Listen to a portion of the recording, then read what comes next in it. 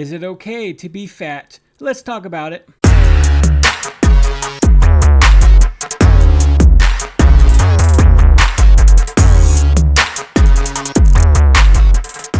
Hey everybody, it's Tony with Big T Bariatric, and I'm back at you with another video. Today it is Wednesday, May 10th. I hope you're having a wonderful day so far. If you could do me a huge favor, look down below and see if you're subscribed to my channel. And if you're not, please hit that button. I really appreciate it. I love you guys, and thank you so much for all of your support over these past few months. I greatly appreciate it. Other than that, also I kind of made a mistake in the last video that I did. I said I was going to meet with Starzan tonight for our Big Talks with Big T, and she confirmed that she meant next week. So that was actually my fault because I probably misunderstood what she said. So that'll be next week's Big Talks with Big T. And so I'm doing a video tonight instead of a Big Talks because I don't have anything prepared. I don't have anything planned. I don't have a guest waiting. So yeah, that's just, I might go live this Saturday just to catch up with you guys and talk about my job or whatever. But other than that, I'll probably get a video in today, maybe a video in tomorrow. I don't know. We'll see how I feel. But today, what I'm talking about is there's actually a Dr. Drew episode from like 10 years ago. And it was really at the beginning of when the whole fat acceptance thing was starting to come together. The National Association, something, NAAFA, whatever it is, I don't know what it is. It's some fat organization of people saying it's okay to be fat, or what was really starting to come together at that time and starting to push these issues of fat acceptance. And so Dr. Drew had some of them on, and they were talking about this. And so this is a 9-minute clip that I'm going to react to. And I think there's a longer clip, but I couldn't find it. So this is just the 9-minute clip. And it might not be the best quality because, again, it's 10 years old. And but I'm going to react to it. And I think some of the ideas are still around today. So we'll see if anything changed over time. But yeah, let me get into it. Let me make sure the volume's up on this thing. All right, volume's up. All right, let's get into it right now. Here we go. We're a nation with an obesity problem. A new study shows even homeless people are obese, and more kids are starting to have surgery for obesity. But my first two guests say we should just accept obese people. My third guest says, no way. What do you think? And later, police believe a designer drug may have contributed to a gruesome attack. Details are shocking.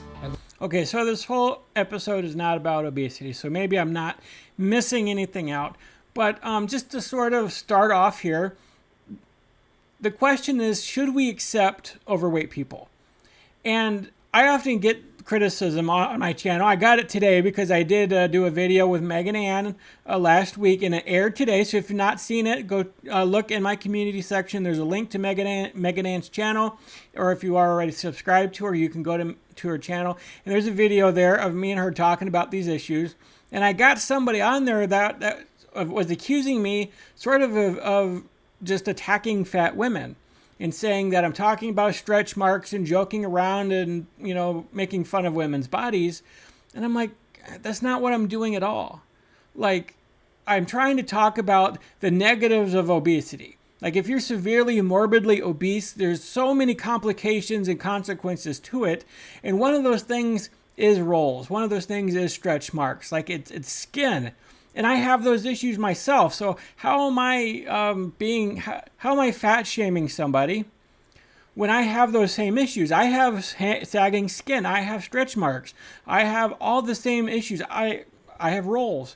And I talk about my own self more than I talk about anybody else. So people who accuse me of just targeting women and fat shaming fat people and all this stuff, it's like, no, that's not what I'm doing. I'm talking about the complications of obesity. So do I accept you as a big person? Yeah, there are many big people who are subscribers to my channel. And you guys know that I'm not out to get you. I'm out to just show you guys what you're in for if it continues. And stretch marks and rolls and all that stuff are part of that. So yeah, I want you guys to see the nasty side of being obese. And so I don't accept that part of it, right? Like, you need to know that there are consequences. You need to know that there are problems associated with it. You need to know there's a dark side and a gross side. And if you didn't see that video, I talked about why it's so gross being 600 pounds. I literally talk about how I had to sit on a towel and shimmy my butt from side to side so I could wipe myself because I couldn't reach at my heaviest size. Like, I talk about myself, and I'm very vulnerable on this channel, so why people would accuse me of fat shaming anybody when I'm just revealing the dark side of obesity. But I think a lot of people on that fat acceptance side just do not want those secrets out, right? They want to just get it so everybody accepts them. They could be who they want to be. They don't have to feel like they're being pressured or there are any consequences for it. And that's what the whole fat acceptance movement is about, right? They want to just negate any consequence. They just want to make it so they can live how they want to live in peace, and not worried about what other people are saying about them. And so that's why I get some criticism from overweight people who just do not like the way I talk about obesity and the negative consequences of it. But at the same time, this is not about trying to get people to reach this modern beauty standard. Like, I don't care about beauty standards, all right? That's not the whole goal here. The goal is to just help people realize what is in store for them if they do not change, and how they're likely to live a miserable life, how much pain they're going to be in, and how much shorter their life is going to be unless they get things going. So should we accept fat people? Yeah, we should love them. We should not make fun of them. We should treat them with love and care. But at the same time, we should never accept somebody's size. We just shouldn't. Like, if there's somebody in your life who's that big, you need to talk to them about it, because their life is short until they start to change, right? So I know I've kind of gone on a tangent here, but I'm still getting these comments from people who say I'm fat shaming people. It's like, no, I'm not doing that. The drug easily accessible to all, including your kids. You should be worried. Let's get started.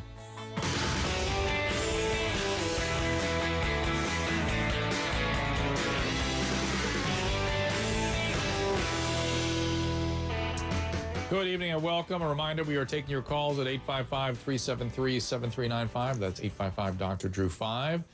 2/3 of Americans are overweight or obese. A new study shows that 1/3 of homeless people are even obese. Now, I mean, see, this is part of the thing here. I mean, obesity is such a growing problem. We are not in the minority. We are in the majority now. 2/3 of Americans are overweight. 1/3 of homeless people are overweight. That's a very staggering stat. And that was 10 freaking years ago. And it's only gotten worse since then. Kids are getting larger at such a younger age. And the life expectancy of Americans, believe it or not, even with our advances in technology, it's steady and is starting to decline. Somebody told me that in the comments today, that the life expectancy of Americans, despite our technological advances, is starting to decline because of our obesity. Now, this is a really significant health issue in this country, and we'll be revisiting it throughout the year. There is, however, a fat acceptance movement. Members of the National Association to Advance Fat Acceptance. Okay, so that's what it is. To advance fat acceptance. That's what NAAFA is. Okay. Encourages others to embrace their obesity. Joining me, two members, Jeanette DePatty, did I get that right? Yes, you And the group's fitness advisor and author of the book, The Fat Chick Works Out. To be a fat acceptance movement, but to have, what did they call her? Fitness advisor and author. A fitness advisor. And to have a book, The Fat Chick Works Out.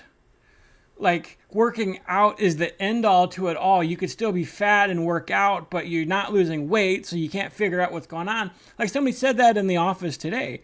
I mean, she made a similar comment, like, man, I'm thinking about getting weight loss surgery myself because I just can't lose weight, and I exercise and I can't figure out what's going on, because I told her about my weight loss surgery.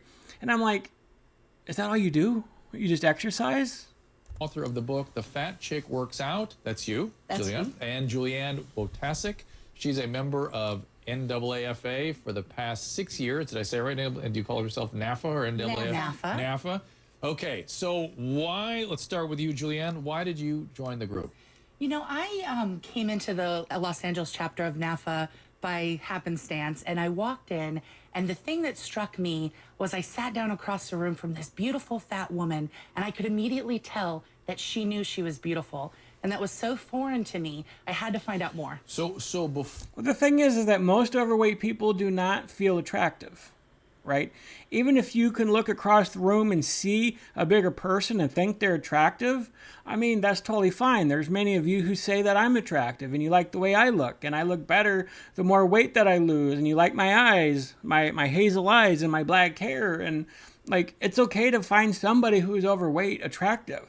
But the problem isn't that. The problem is that most overweight people do not have high self-esteem. They do not think highly of themselves. They look in the mirror and they do not see somebody attractive. So instead of changing that about themselves, they blame the high beauty standards in our country and say, I will never be that stick thin model. I will never have a six-pack.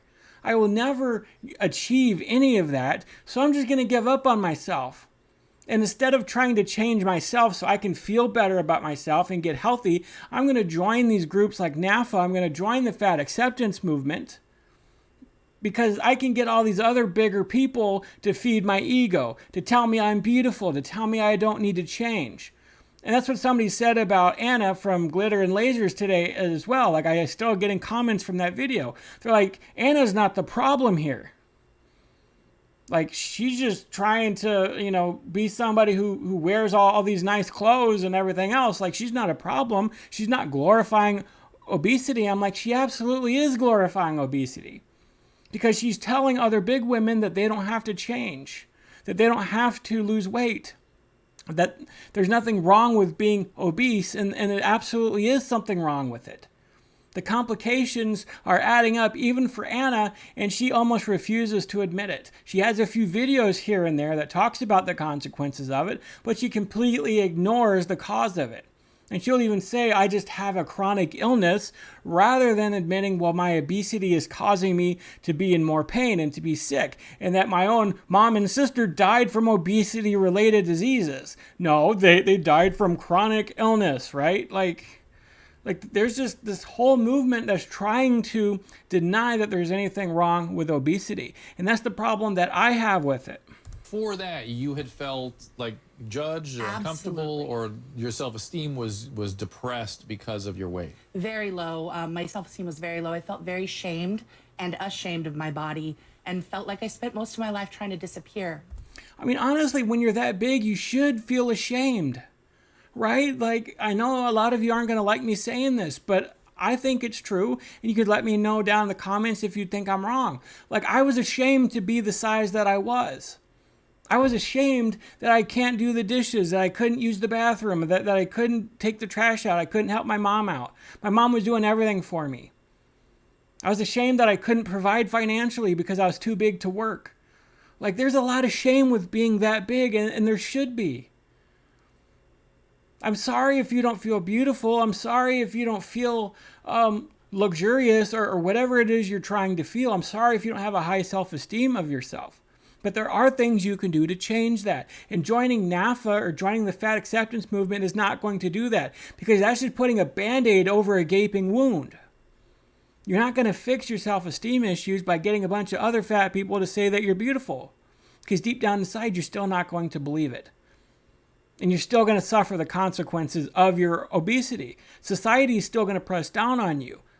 The pain and the weight and everything else is still going to press down on you. You're not fixing anything by joining the fat acceptance movement.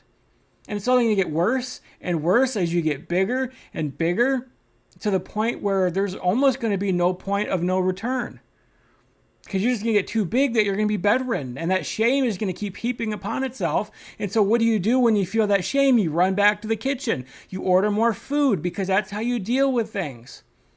And so you keep reaching out for more comfort, and you keep getting bigger, and you keep getting more shame for it. So you keep getting bigger. I mean, that's just what keeps happening. There's only one way to fix it. It's not joining the fat acceptance movement. It's by losing weight. And did you try to lose weight? Have you gone through Absolutely. all the... I did dieting for many, many years. From when I was as young as maybe 10 years old, I was put on diets and tried without much success at all to lose weight. And Jeanette, you're actually the fitness instructor for the group, right? Yes, I work with them. And so do you also try to lose weight or just work on conditioning? You know what? I believe that health is about healthy behavior, and you should do healthy things, and your weight is going to do what your weight is going to do. So it's about healthy behavior, but your weight is just going to do what your weight's going to do, right? There's nothing you can do to change your weight. You talk about healthy behavior, but I bet the word that's not going to come out of her mouth is diet or calorie restriction or watching what you eat, right? You can still eat what you want. You can still do all these things, but if you keep working out, and I say this many, many times, you can't outwork a bad diet. You just cannot do it. The only way to lose weight is calories in, calories out. You're going to have to restrict your calories to less than what your body burns. So if you're working out, that's great, but you're not going to be able to outwork a bad diet. It takes hours and hours and hours and hours of exercise to overcome eating a bad diet. I'm sorry, I love you vegans and I love you vegetarians and I'm glad you're here. But just because you eat vegan or vegetarian, it does not automatically equal healthy. It just does not. Because you're still eating food in tremendous amount of quantities. All right, you're eating all kinds of carbs and calories and all this, and you're, I'm eating vegan, I'm eating healthy, how come I can't lose weight? Because you're still eating way too much food. It doesn't matter what diet you're on. You can do keto and still gain weight, because I did it before. I was eating way too many calories, thinking, oh, I'm doing keto, I'm eating all this protein, I'm not eating any carbs, like I'm gonna lose all this weight, and then I gained weight, and I couldn't figure out what in the world was going on. I was still eating way too many calories. So I focus on eating healthy foods. I focus on getting regular exercise, good sleep, manage my stress, and my weight's going to be what my weight's going to be. Do most of the members cooperate with the dietary suggestions? You know what? I only offer advice when it's asked for. Okay. That's one of the...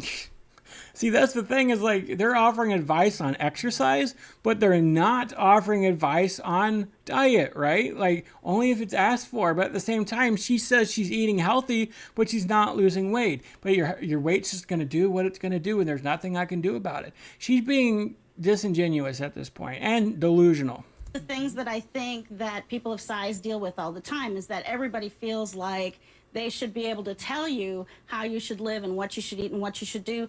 And you know what? I think that people of size should be allowed to live their own lives the way that they want. And I'm there as a resource if they need my help. All right, so just to answer this, I know I've paused a lot, but you can live your life however you want to live your life. But if somebody sees you doing something that they think is unhealthy, if they care about you and if they love you, if they want you to be healthy, they're going to mention it to you.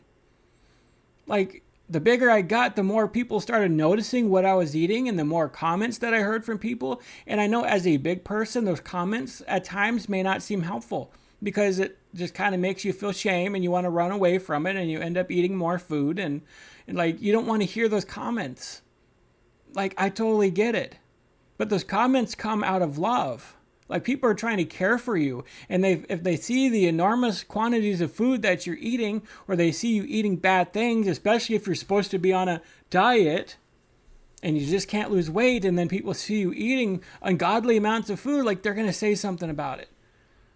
So yeah, you can eat whatever you want. You could do whatever you want. This is a free country. We live in a free society. You're free to eat as much as you want, but those consequences are not free. Like, you can be as free as you want to, but you're not going to be free of the consequences.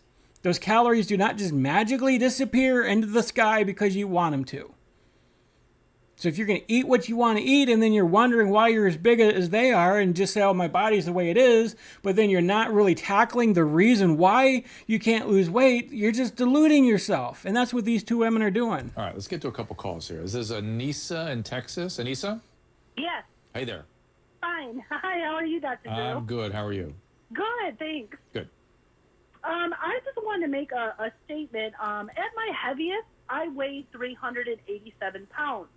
I eventually get down to 167 by watching what I eat and literally working my butt off. When I did weigh 387 pounds, Dr. Drew, I would tell myself and everyone else that I totally loved myself. And I can tell you that I was essentially lying to myself and everyone else around me. That was a good point right there. That was huge, right? She admitted that she was lying about loving herself. There was somebody who came and attacked me, all right, because I said that you cannot be fat and happy at the same time. And so she totally came at me and attacked me and said, I'm happy and I'm fat, you're a liar. And she went and she made a video about me, right? Just calling me a bully and saying that I was lying about this and that she really is happy. But then you go watch the rest of her videos, and she's clearly not happy. So the one thing it is easy to do when you're overweight is to delude yourself and to lie about the fact that you are happy. Because guess what? That food, that addiction, it tricks your mind, right? It tricks your mind because you don't want to change, you don't want to lose weight, you don't want to overcome that food addiction, right? Like, you just get so much from it that it's hard to walk away from it. So again, it's just like that toxic relationship I talk about. Like, you're so enamored with it because it gives you something, it gives you some kind of a pleasure. So you lie to yourself and delude yourself and say, I'm happy in this relationship. When in reality, you're not happy. And when you try to leave it because you're not happy with it, you run back to it because it's toxic. And you delude yourself again into thinking you're happy with it. You're not happy at that size, I'm sorry. Like, you're just not happy. It's just impossible, right? One day I just woke up and realized that my lying was essentially what psychologists would call a defense mechanism. Okay. I felt that as long as I protected myself and allowed myself to believe this thought process, that I was justifying my obesity. There was nothing wrong with it. And did you adjust your thinking? And as a result of adjusting your thinking, did it make it, were you more able to change your behavior and lose weight? Absolutely. Absolutely, Dr. Drew. I realized that while I considered on some days, oh yeah, I'm eating real healthy, the next day I may sit down and eat a half a gallon of ice cream. So it was really the fluctuations of constantly justifying, well, I can eat this because I ate good the day before. Okay, hang on now. What do you guys say to this? Well, there's a couple things that I would say. First of all, every body is different, and how something works in her body might be completely different from She how was it talking works. about her. All right. I agree that every body is different, right? Your body is not my body. I'm bigger than you. I'm a man. I have a lot more muscle mass than a woman does. So I burn calories differently than a woman does. Some people have slower metabolisms. Some people have faster metabolisms. But it's the same concept for everybody. Calories in, calories out. There's not a single person who's outside of that scope, right? Again, you might have a disease, you might be taking medication, like it can slow your metabolism, etc. But that means you just got to be more careful about how you do it. You can have PCOS, you can have all kinds of slow metabolism diseases or whatever. Like, that stuff is out there, that's true. But you can't use that as an excuse to keep eating like garbage. You just can't. So that same concept works for everybody else. If you eat less calories than what you burn, you will lose weight. Emotional take on her weight. Yeah, I think that, that may be true for her. And if she was lying to herself about her self-acceptance, then I'm sorry for her. But I think that it's a big leap to assume that everybody who feels that they accept their body is lying to themselves. I don't think I'm lying to myself. I really feel comfortable in my skin. What if you were having medical consequences from your weight? Would that be then denial? Well, I think it's difficult to talk about medical consequences from your weight. Why? There's a lot of medical consequences that can come from a lot of different things. Let's say you had sleep apnea. Let's say sleep apnea. Okay, do thin people have sleep apnea? Some do, right? No. Let's be clear. There's an obesity obstructive sleep apnea. Let's be clear. That's what that is. We know it as doctors when someone has that. That's not central sleep apnea, which what you're talking about. There's an obesity-related sleep apnea. I imagine you have that. Do you have that? I do not, actually. So you can sleep flat down at night? I could, sure. Okay. Most people would have that at her weight because the transthoracic pressure causes that. That's a fact. That's a medical fact. And that's a health. It's interesting that he pointed at the bigger woman and was like, do you have that? She said, no, I don't have that. She could have it. She could be a heavy snorer. She might not realize that she has it. And it's true. There are smaller people that have sleep apnea. I didn't realize I had it until years later. I got a CPAP. I use it now. And I know it's related to my obesity. My dad was not that big of a guy. He had a little bit of a beer belly, but he snored really bad. I would assume that he had sleep apnea. So my best friend Steve was only 50 pounds overweight, and he had severe sleep apnea to the point that the doctor said this is one of the worst cases I've ever seen. And what happened when he lost a lot of that weight, it went away. He got healthier. He still uses his CPAP machine because he likes the way he feels when he wakes up in the morning. But there's times where he could take a nap now without using his CPAP, and he feels great when he wakes up. But before, if he took a nap, just being 50 pounds heavier, if he took a nap without it, he'd have a severe headache and be fatigued and feel crappy. So, I mean, I'm willing to bet that she has sleep apnea. Like, I don't understand how she couldn't. Because, again, all that weight is pressing on her. It's closing down her throat when she sleeps. So either she's in denial about it, or she thinks she's just a heavy snorer, or she doesn't realize she has it yet, or she hasn't been diagnosed with it yet. But the odds are good, because even the doctor pointed it to her and said, "Do you even have it right now? Like, I bet you have it." So, I mean, I bet she's offended right now, like, oh, you're pointing at the fat girl. But, I mean, the odds of bigger people getting sleep apnea are almost 100%. Problem related to weight. That's not, just is. That's just the way it goes. But there are no scientifically proven ways for people to lose a significant amount of weight and keep it off. So if you look at the studies about weight loss, in the 1 to 3 year range, sure, they lose weight. But in the 3 to 5 year range, you see a lot of that weight creeping back up. So I think that focusing on the weight is focusing on the wrong thing. The weight is the crux of the whole issue. Like, all the consequences related to obesity are because of the weight. To say you're focusing on the weight is wrong? Like, seriously, how deluded are you? Yes, it's true that a lot of people who do lose weight start gaining it back. And yes, even people who have weight loss surgery start gaining it back. But there's a reason for that, all right? And I talk about it a lot. It's here first. Like, a lot of these people just jump into a diet. Maybe they're successful short term. Maybe they're successful a few years out, but they don't deal with this. And so when things get tough again in their life, when they start dealing with things, they start eating food for comfort. Like, that's what happens. I say focus on lifestyle, focus on eating healthy, focus on exercising. Those are the things that are going to give you the best chance at health. I don't disagree with that. Let's go to Karen, Ohio. Karen? Hello. Thank you, Dr. Drew, for Karen? taking my call. Sure. About 20 years ago, I had a back injury at work and put on 30 pounds in 3 months. I was just coming to the end of that weight loss from that injury when I realized I was pregnant with my first son. Since then, it's been a continual uphill. Last year, I did lose 21 pounds from working my butt off, like the other girl said. I mean, it was like very, very hard. It was just a job in itself, because I wanted to lose 50 pounds before my son graduated, which is in 2 days. I'm nowhere close to that. Okay. And I'm just really discouraged, and I'm just looking for ideas of what I should do. Well, here's the one thing that I hear is that the weight thing, and particularly for women, it causes so much misery and pain. That's what I like about your movement, is that whether or not, that previous caller worried me, because it makes me think, well, if you have, can't you accept how you are and be healthy and try to lose weight? Can't you do both? Well, for me, I think the best thing I ever did for my health was accept myself. Like what you talk about. That's the worst thing you've done for your health, is to just accept yourself. Maybe it helped you mentally a little bit, because, again, you get all these other fat people patting you on the back and saying it's okay and you're beautiful and all this other stuff. So maybe it helped you out with your self-esteem a little bit.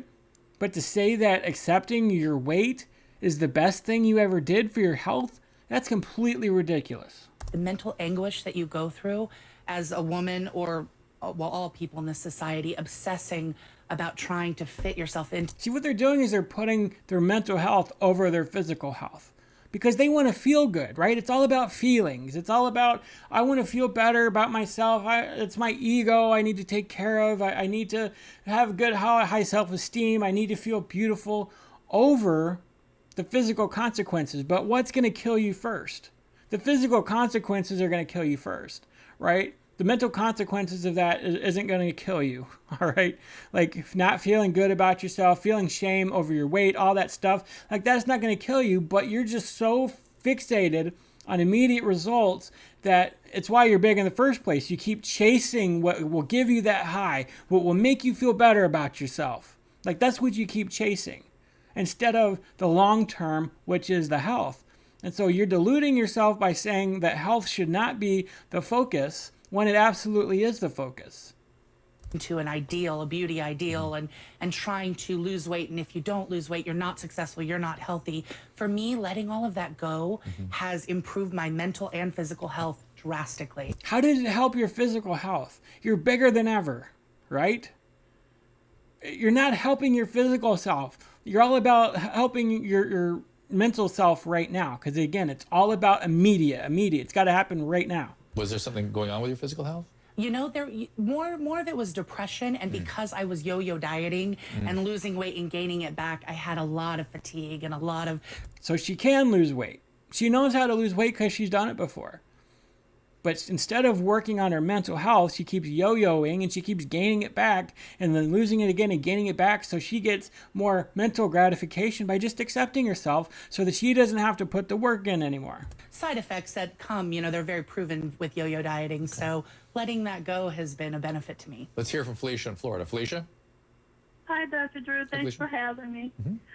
I think it's perfectly fine to love yourself. I just don't understand why people are so hesitant about loving themselves, whether they're fat or thin, and I think it should be called size acceptance and not just fat acceptance. Oh, that's interesting. How do you guys feel about that? Yeah, no, hang on, Felicia. That's a good point. That's actually a term we widely use, is size acceptance. And in our group, we have fat activists and size activists of all sizes. People who simply believe that all bodies are good bodies, any size, any shape. They all should be celebrated, and they all should be valued so that we can take care of them, because we take care of what we love. And why do women have to bear... You take care of what you love? Then why aren't you taking care of yourself? Why aren't you taking care of your health? Why aren't you losing weight and keeping it off and sticking with it rather than joining this movement? So again, I think you're being delusional. You're deluding yourself into thinking you're happy, that you love yourself, and that's why you're just accepting yourself as it is. But I say this all the time. Obesity is self-harm. All right? You are harming yourself. You're dramatically shortening your lifespan. You are harming yourself in ways you do not even realize yet. No, you do not love yourself. We're such a burden for this, right? Isn't it? As usual, it's so unfair what women have to bear in our society. I think a lot of it has to do with the way that the media portrays women, and I think that there is a body ideal that is not common among women. Your average American does not look like the average person on television. That's true. Unless you're talking about us. Yeah. That's a different Now you're story. on TV. All right, next up, I'm going to talk to a woman who says fat acceptance or size acceptance is not the right message. She'll have her opinion. All right, so that's the end of the clip. I don't have the rest of it. The other person talking about fat acceptance being dangerous, but I pretty much covered it, right? Like, I don't know, I might still find that clip or something if you guys want me to. But yeah, I mean, this is where we're headed. This is where we've been the last 10 years. Like, this group's been going on for 6 years or more, and here we are 10 years later. It's bigger than ever. Pardon the pun, right? Like, this whole attitude, they don't realize what they're doing to themselves. They just don't. So, yeah, I mean, it's really scary where we're headed in this country. I mean, it's really scary because now kids are jumping on that bandwagon. These fat people are raising children with that same idea, and so they're growing up fat. And they're miserable, but they're so addicted to food now that they're joining this movement. So it's really difficult, but we're waging a war here, and we're not going to stop. So anyways, I hope you're having a great day so far. I love you guys so much. Thank you for all the support and the love. I hope you have a great rest of your day. I love you. God bless you.